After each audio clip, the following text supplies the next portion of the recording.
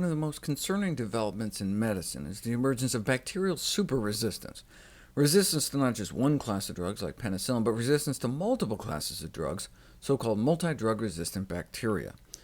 In the 2013 FDA Retail Meat Report, more than a quarter of the salmonella found contaminating retail chicken breast were resistant to not one, but 5 or more different classes of antibiotic treatment drugs. Throughout history, there's been a continual battle between humans and pathogens.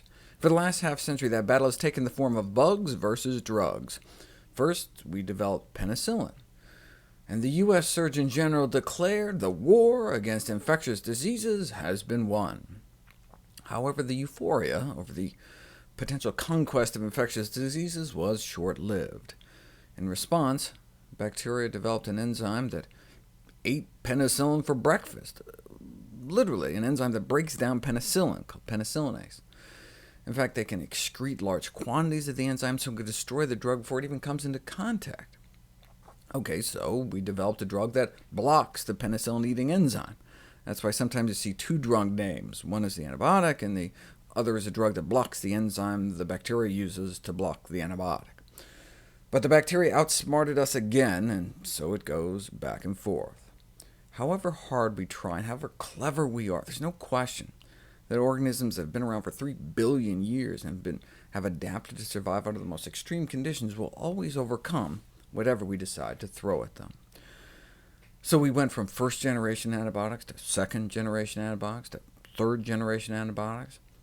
But now we have bacteria that evolved the capacity to survive our big-gun third-generation cephalosporins like ceftriaxone, which is what we rely on to treat life-threatening salmonella infections in children.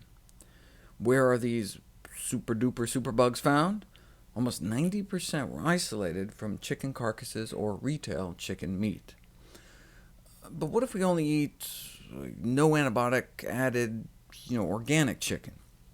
A comparison of these multi-drug-resistant bacteria in organic and conventional retail chicken meat, the first such study ever published.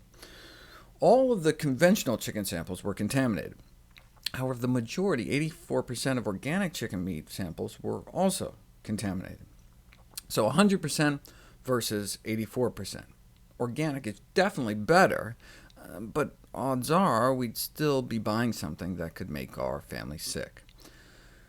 But where do these antibiotic-resistant bacteria come from if they're not using antibiotics on organic farms?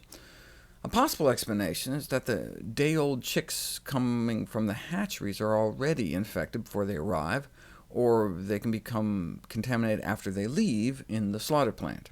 Organic chickens and conventionally raised chickens are typically all slaughtered in the same slaughterhouses, so there may be cross-contamination between carcasses.